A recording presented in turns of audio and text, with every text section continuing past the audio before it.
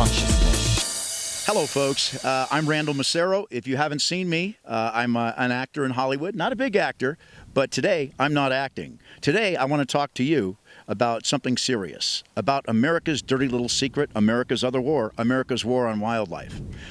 Well, quite often we look at TV and we see these animals on various programs and we say, oh, they'll always be there.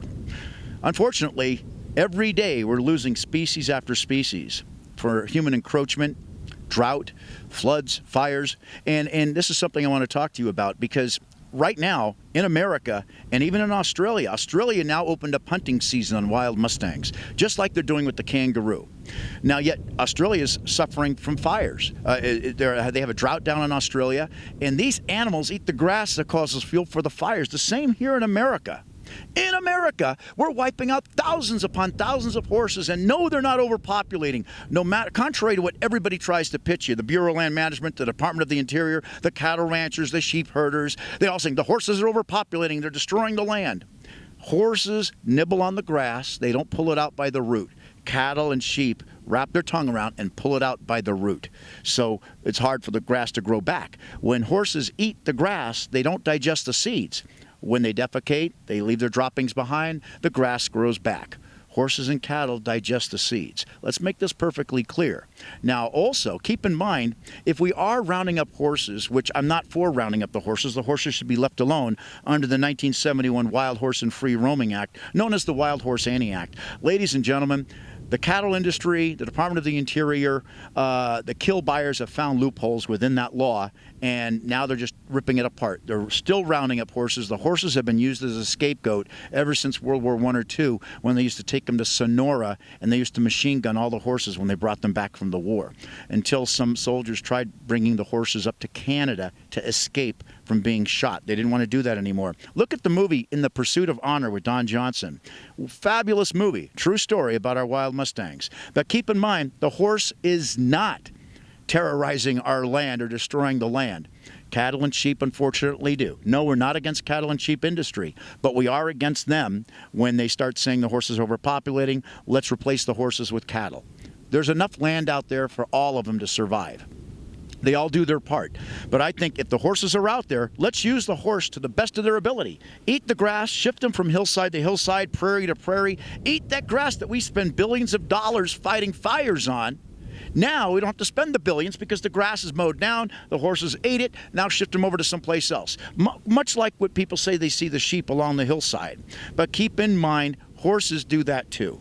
So let's not wipe out our horses. If we spend $120 million tax dollars rounding up wild mustangs, let's take that $120 million that the government takes away from our military vets, our military, police, firefighters, schools, and let's use it to use the horses to graze the land. And now we won't have as many fires because the land is grazed. We almost lost Reno not long ago. Reno, Nevada was surrounded in flames. Lake Tahoe was surrounded in flames. Bring these horses up there. Provide green jobs for our military vets coming back from the war with PTSD. How about the prisoners in prison? Teach them the farrier trade. We understand that in the prisons there is actually a farrier school that goes in there and teaches the prisoners about horseshoeing and about horses, and then they come out and now they can get a job working with horses. Why not use these horses to the best of our ability? We don't have to spend money and save that tax money.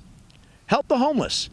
Give more money to the schools. Give it to our military vets. They need a raise.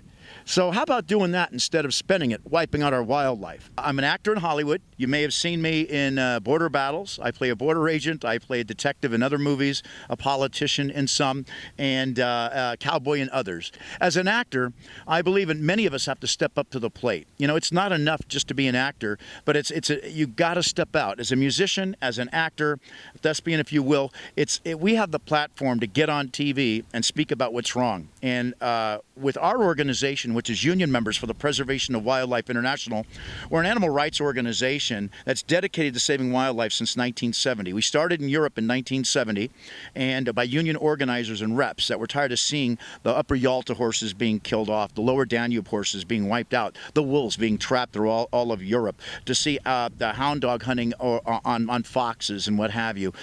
You know, there's a lot of cruelty that man brings to the table here. So when they say we're humans, we should be acting humane. Obviously, we're not, are we?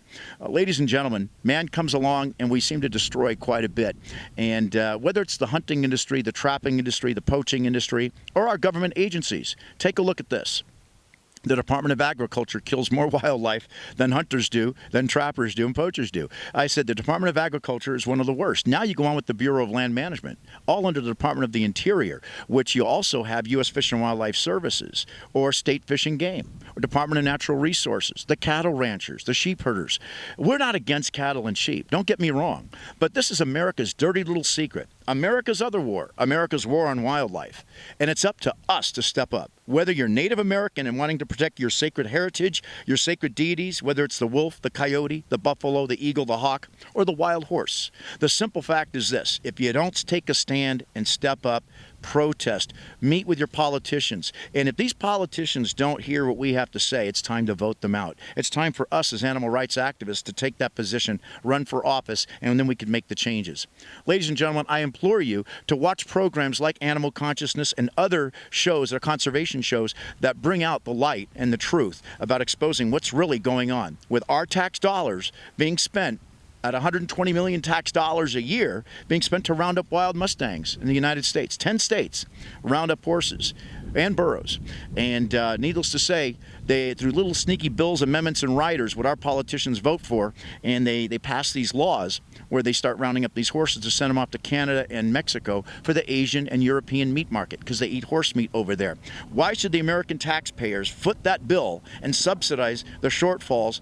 I'm boots on the ground. I started with Greenpeace as a Greenpeace representative back in 1970. I was a member, then became a representative. And then this organization recruited me, and now I'm the national president. So yes, we can make a difference, but you can't just sit on the couch. You got to take a stand. You got to meet your politicians. If they don't vote for what we want, then let's vote them out of office and put people that will get these laws passed to protect our national treasures. Why should we be killing this wildlife, our American wildlife?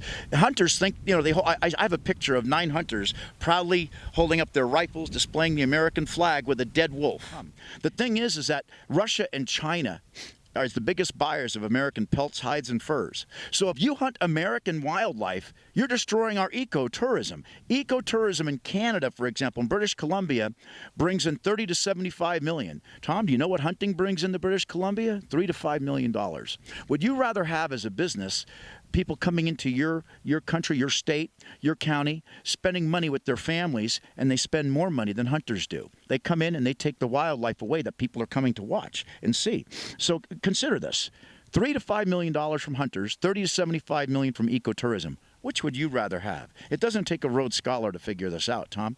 And the simple fact that it shows like yours that come out on the range and get involved, and you guys go out and videotape the wild horses or the wolves, and it's programs like yours that gets out to the media and people see what we're doing out here. And this is also a way to advertise what we're doing. That if you want to get involved, call us. We're a phone call away. I'm Randall Massaro with Union Members for the Preservation of Wildlife. Look up our website, umpwi.com, or call us at 760-245-3635.